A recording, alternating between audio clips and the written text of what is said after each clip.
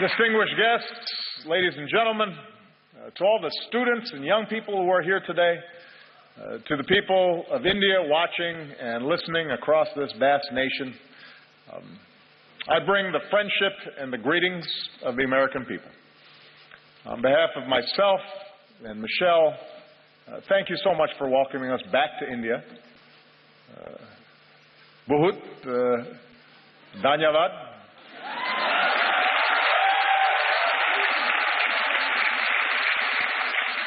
It has been a great honor to be the first American president to join you for Republic Day.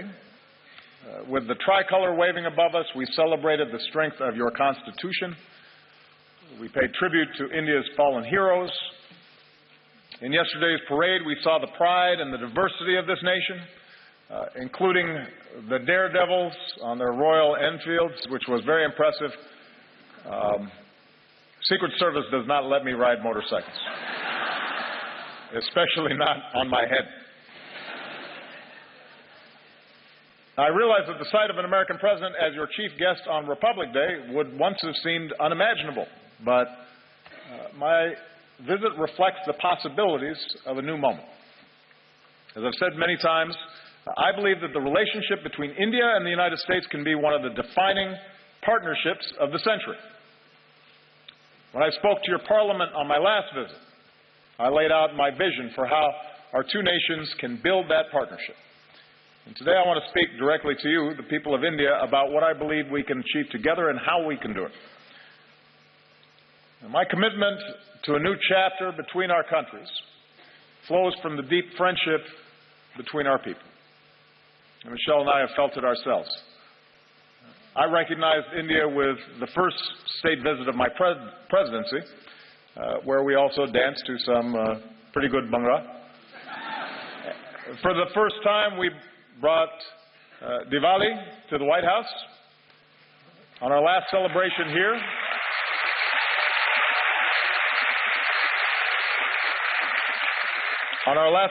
here, we celebrated the Festival of Lights in Mumbai. We danced with some children. Unfortunately, we were not able to schedule any dancing this visit. Señorita, bude, desho me. You know what I mean. So,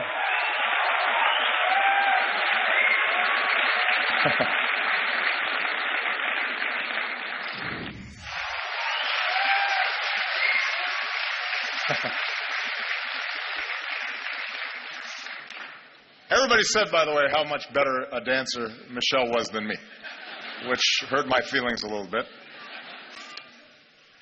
On a more personal level, India represents an intersection of two men who've always inspired me. When Reverend Dr. Martin Luther King Jr. was protesting racial segregation in the United States, he said that his guiding light was Mahatma Gandhi.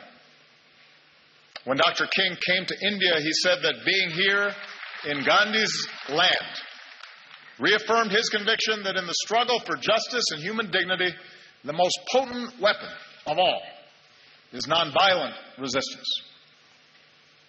And those two great souls are why we can gather here today, Indians and Americans, equal and free. And there's another link that binds us. More than 100 years ago, America welcomed a son of India, Swami Vivekananda. And Swami Vivekananda helped bring Hinduism and yoga to our country. And he came to my hometown of Chicago. And there, at a great gathering of religious leaders, he spoke of his faith and the divinity in every soul and the purity of love. And he began his speech with a simple greeting: Sisters and Brothers of America. So today, let me say, Sisters and Brothers of India.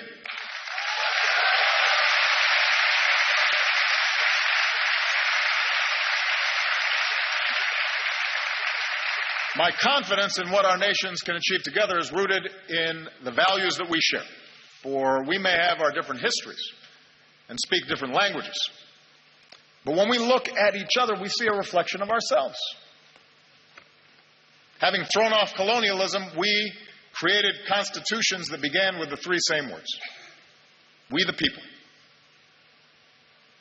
As societies that celebrate knowledge and innovation, we transformed ourselves into high-tech hubs of the global economy. Together we unlocked new discoveries, from the particles of creation to outer space. And we are among the few nations to have gone to both the moon and to Mars.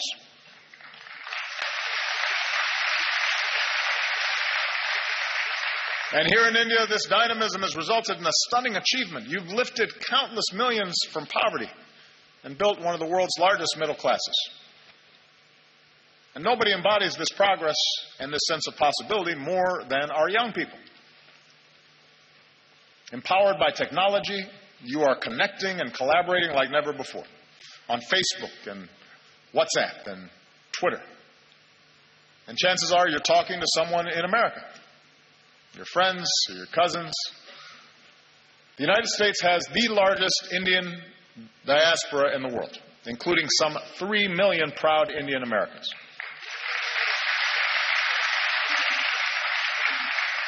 And they make America stronger, and they tie us together. Bonds of family and friendship that allow us to share in each other's success. So for all these reasons, India and the United States are not just natural partners. I believe America can be India's best partner. I believe that.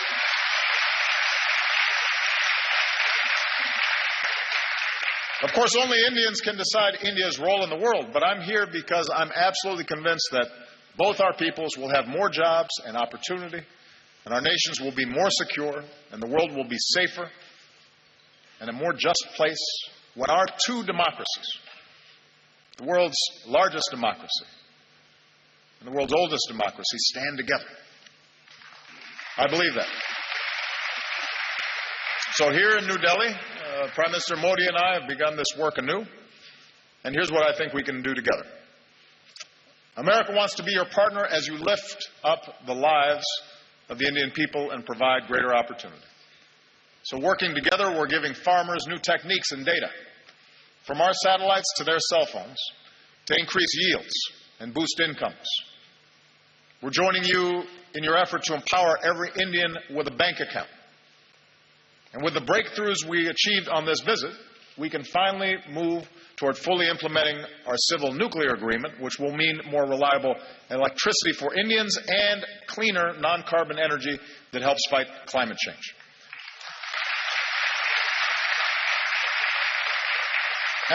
And I don't have to describe for you what more electricity means. Students being able to study at night, businesses being able to stay open longer and hire more workers, farmers being able to use mechanized tools that increase their productivity, whole communities seeing more prosperity. In recent years, India has lifted more people out of poverty than any other country. And now we have a historic opportunity, with India leading the way, to end the injustice of extreme poverty all around the world.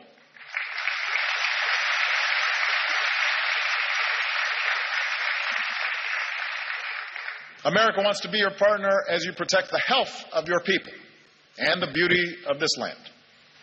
From the backwaters of Kerala to the banks of Ganga. As we deliver more energy, more electricity, let's do it with clean, renewable energy like solar and wind. And let's put cleaner vehicles on the road and more filtration systems on farms and villages. Because every child should be able to drink clean water, and every child should be able to breathe clean air.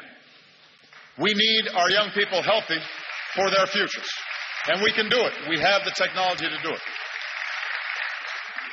America wants to be your partner in igniting the next wave of Indian growth. As India pursues more trade and investment, we want to be first in line. We're ready to join you in building new infrastructure, the roads and the airports, the ports, the bullet trains, to propel India into the future. We're ready to help design smart cities that serve citizens better, and we want to develop more advanced technologies with India as we do with our closest allies. We believe we can be even closer partners in ensuring our mutual security.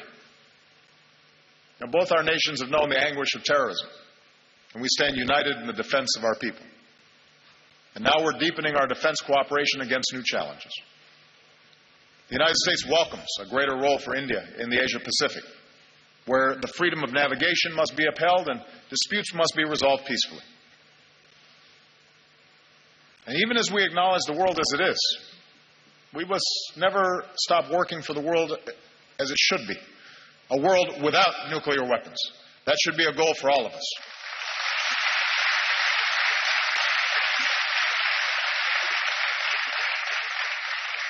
I believe if we're going to be true global partners, then our two nations must do more around the world together. So to ensure international security and peace, multilateral institutions created in the 20th century have to be updated for the 21st.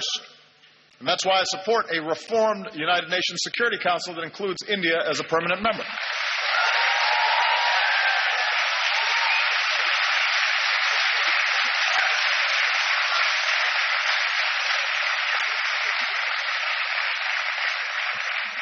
Of course, as I've said before, with power comes responsibility.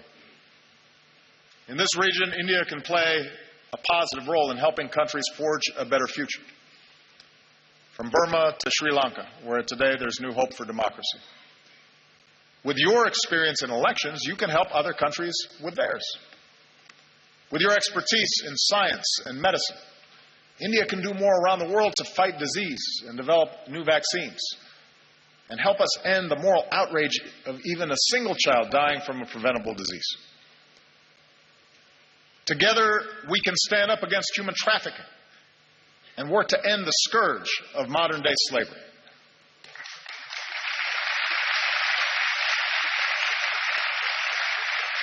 And being global partners means confronting the urgent global challenge of climate change. With rising seas, melting Himalayan glaciers, more unpredictable monsoons, cyclones getting stronger, few countries will be more affected by a warmer planet than India. Now, the United States recognizes our part in creating this problem, so we're leading the global effort to combat it.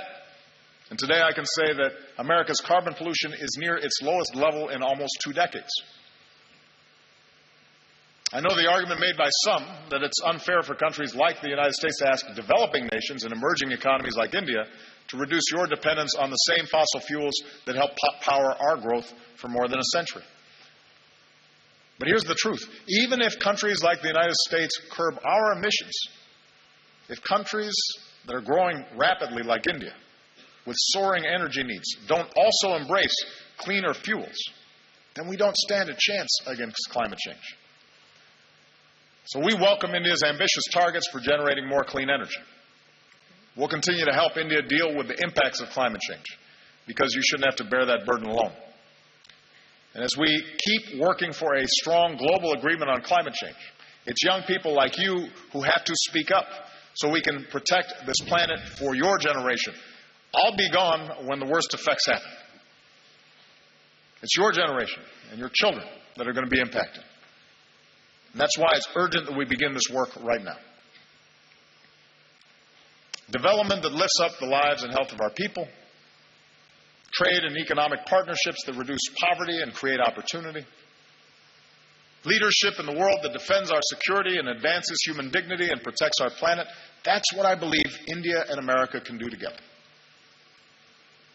So with the rest of my time, I want to discuss how we can do it. Because in big and diverse societies like ours, progress ultimately depends on something more basic, and that is how we see each other. And we know from experience what makes nations strong. Neha, I think, did a great job of describing the essence of what's important here. We are strongest when we see the inherent dignity in every human being. Look at our countries, the incredible diversity, even here in this hall. India is defined by countless languages and dialects in every color and caste and creed, gender and orientations. And likewise in America, we're black and white and Latino and Asian and Indian American and Native American. Your Constitution begins with the pledge to uphold the dignity of the individual. And our Declaration of Independence proclaims that all men are created equal. In both our countries, generations have worked to live up to these ideals. And when he came to India, Martin Luther King Jr. was introduced to some school children as a fellow untouchable. My grandfather was a cook for the British Army in Kenya. The distant branches of Michelle's family tree include both slaves and slave owners. When we were born, people who looked like us still couldn't vote in some parts of the country.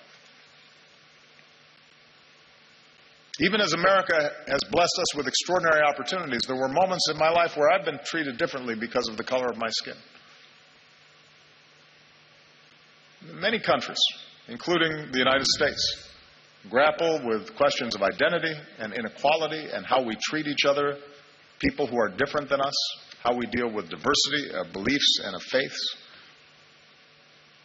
Right now, in crowded neighborhoods not far from here, a man is driving an auto rickshaw or washing somebody else's clothes or doing the hard work no one else will do.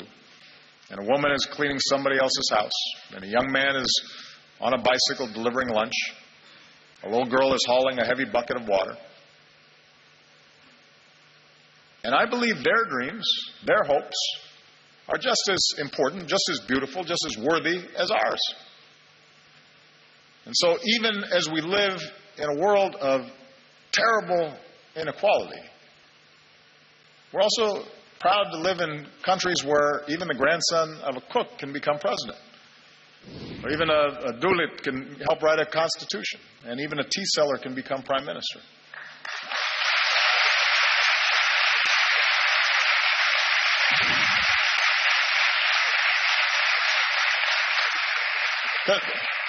The point is that the aim of our work must be not to just have a few do well, but to have everybody have a chance. Everybody who's willing to work for it have the ability to dream big and then reach those dreams. Our nations are strongest when we uphold the equality of all our people, and that includes our women. Now, you may have noticed I am married to a very strong and talented woman.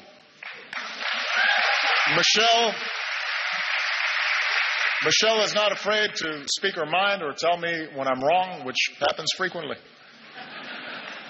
And we have two beautiful daughters, so I'm surrounded by smart, strong women. And in raising our girls, we've tried to instill in them basic values. A sense of compassion for others and respect for themselves and the confidence that they can go as far as their imaginations and abilities will carry them. And as part of Michelle's work as First Lady, she's met with women and girls around the world, including here in India, to let them know that America believes in them too.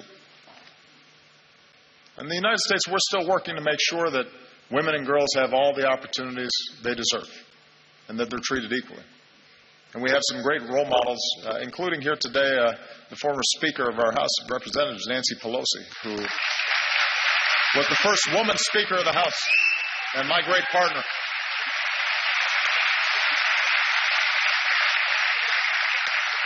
And here in India, it's the wives and the mothers who so often hold families and communities together. Indian women have shown that they can succeed in every field, including government, where many of your leaders are women. And the young women who are here today are part of a new generation that is making your voice heard and standing up and determined to play your part in India's progress. And here's what we know. We know from experience that nations are more successful when their women are successful. When girls go to school,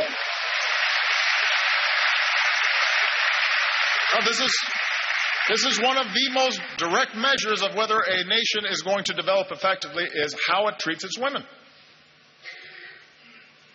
When a girl goes to school, it doesn't just open up her young mind, it benefits all of us because maybe someday she'll start her own business or invent a new technology or cure a disease.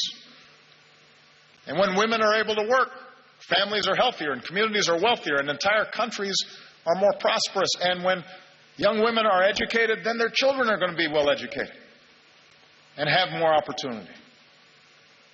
So if nations really want to succeed in today's global economy, they can't simply ignore the talents of half their people. And as husbands and fathers and brothers, we have to step up because every girl's life matters. Every daughter deserves the same chance as our sons. Every woman should be able to go about her day, to walk the streets or ride the bus and be safe and be treated with respect and dignity. She deserves that.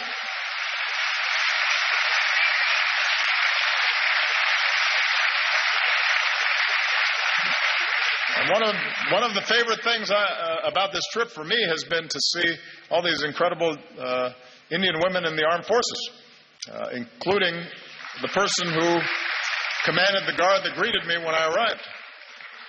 It's remarkable, and it's a sign of great strength and great progress.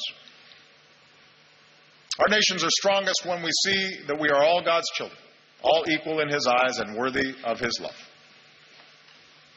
Across our two great countries, we have Hindus and Muslims, Christians and Sikhs and Jews and Buddhists and Jains and so many faiths. And we remember the wisdom of Gandhiji, who said, "For me, the different religions are beautiful flowers from the same garden, or they are branches of the same majestic tree." Branches of the same majestic tree. Our freedom of religion is written into our founding documents. It's part of America's very first amendment. Your Article 25 says that all people are equally entitled to freedom of conscience and the right freely to profess, practice, and propagate religion. In both our countries, in all countries, upholding this fundamental freedom is the responsibility of government, but it's also the responsibility of every person. In our lives, Michelle and I have been strengthened by our Christian faith. But there have been times where my faith's been questioned by people who don't know me. Or they've said I adhere to a different religion, as if that were somehow a bad thing. Around the world, we've seen intolerance and violence and terror perpetrated by those who profess to be standing up for their faith, but in fact are betraying it. No society is immune from the darkest impulses of man. And too often, religion has been used to tap into those darker impulses as opposed to the light of God. 3 years ago in our state of Wisconsin, back in the United States, a man went into a Sikh temple and in a terrible act of violence killed 6 innocent people, Americans and Indians. And in that moment of shared grief, our two countries reaffirmed a basic truth, as we must again today, that every person has the right to practice their faith how they choose, or to practice no faith at all, and to do so free of persecution and fear and discrimination.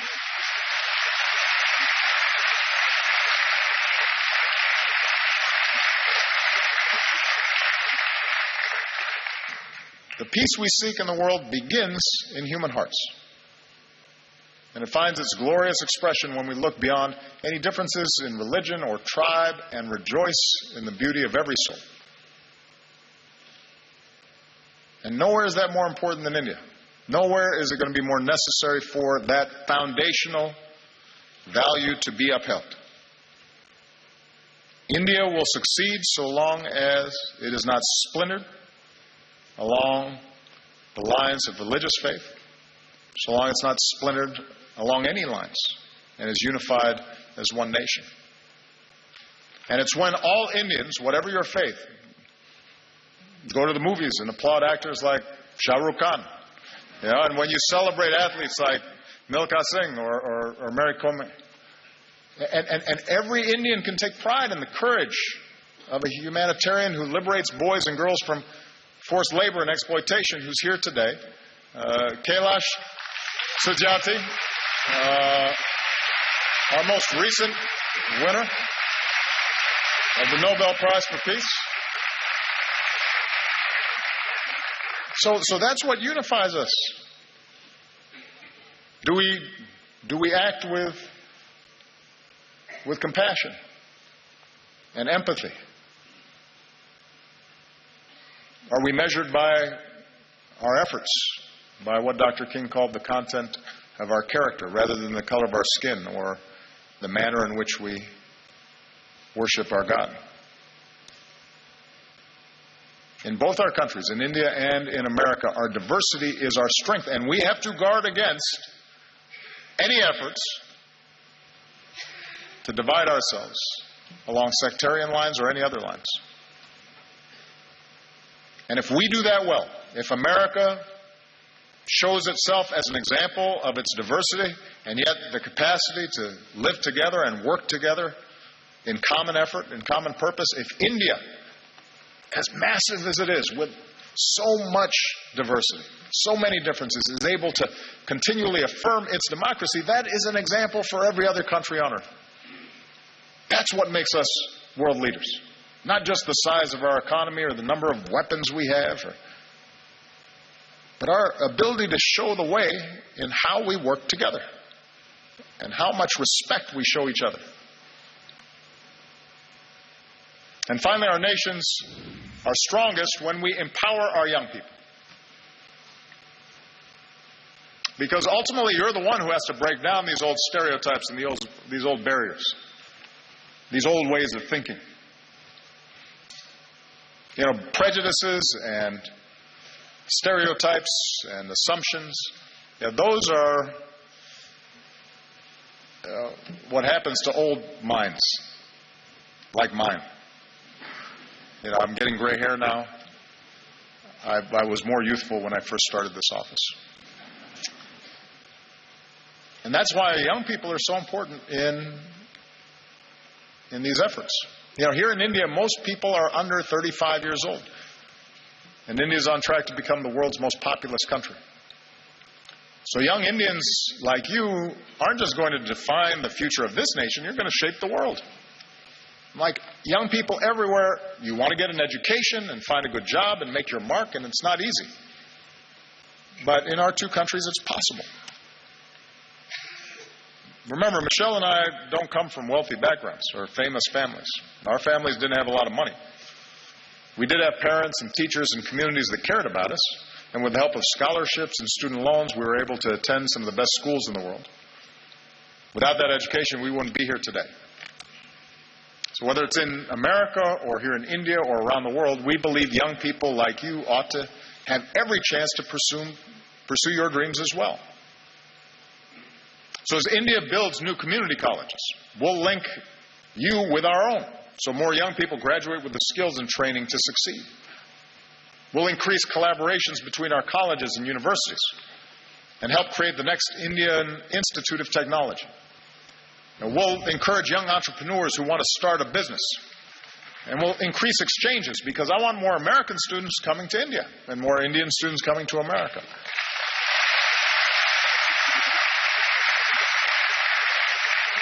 And that way we can learn from each other and we can go further. Because one other thing we have in common, Indians and Americans are some of the hardest working people on earth. And I've seen that. Michelle and I have seen that in a family here in India. I just want to tell you a quick story. On our last visit here, we visited Humayun's tomb. And while we were there, we met some of the laborers who are the backbone of this nation's progress. We met their children and their families as well. And some wonderful young children with bright smiles, sparks in their eyes. And one of the children we met was a boy named Vishal. And today Vishal is 16 years old, and he and his family live in South Delhi in the village of Murband. This is Vishal.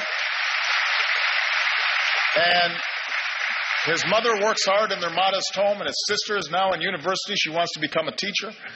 His brother is a construction worker earning his daily wage, and his father works as a stone layer farther away, but sends home what little he makes so Vishal can go to school.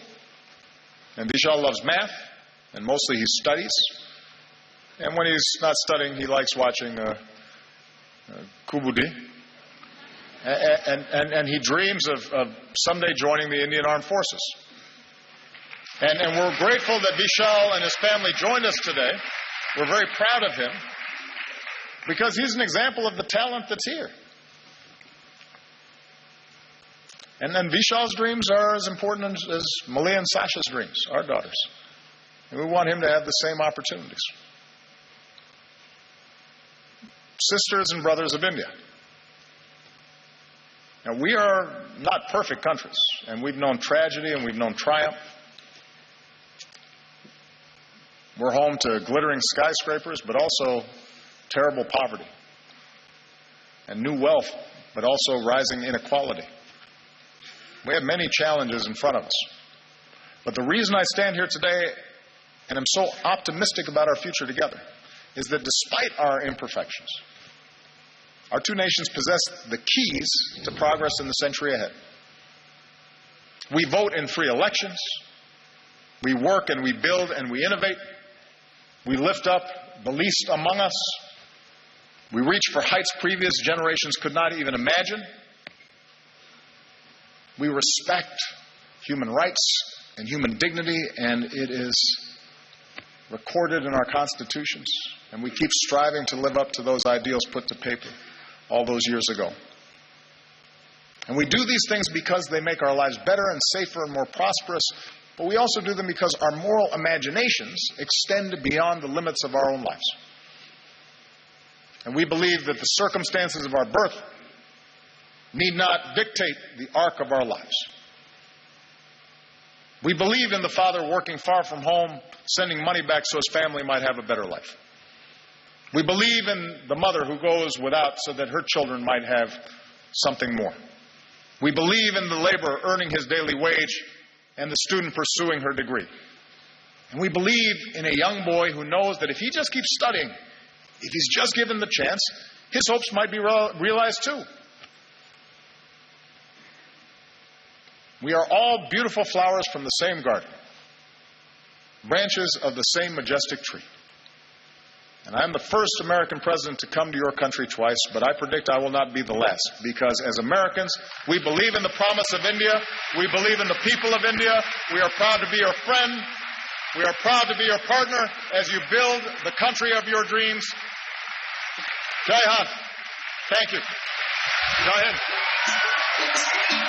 Aaja re, aaja re, aaja re, aaja re. भले कितने लंबे हो रास्ते हो, थक न तेरा ये तन हो. आजा रे, सुन ले पुकार डगरिया, रहना ये रास्ते तरसते हो. तू आजा रे, इस धरती का है राजा तू, ये बात जान ले तू. कठिनाई से टकरा जा तू, नहीं हार मान ले तू. मितवा सुन मितवा, तुझको क्या डर है रे. ये धरती अपनी है, अपना अंबर है रे. ओ मितवा सुन मितवा, तुझको क्या डर है रे. धरती अपनी है, अपना अंबर है रे. आजा रे. All right, so that's the US President. If you're going by the Twitter reaction, it's already being described as a parallel to the Madison Square Garden event that Narendra Modi had. And quite clearly, it was striking a lot of right notes. President Obama. One thing which clearly stands out is the US support for the permanent seat in the UN Security Council. So that for me was the key highlight of the speech from President Obama. Yes, absolutely. We had very important statements coming in, such as America can be India's best partner, and a lot in terms of supporting India on farmers' new techniques and data, joining the empowerment of bank accounts, which would be the Jan Dhan Yojana, plus implementing the civil nuclear agreement. like Anuj mentioned, holding or supporting India in terms of a permanent position for the UN Security Council also will be one of the things which has been reiterated by the President in his entire visit in India, and that would be one of the most important things or takeaways, along with the logjam being cleared with regards to the India in civil nuclear. And if you move out of business, then women empowerment is something that both Modi and Obama have been talking about, and that's again a point which was reiterated by President Obama.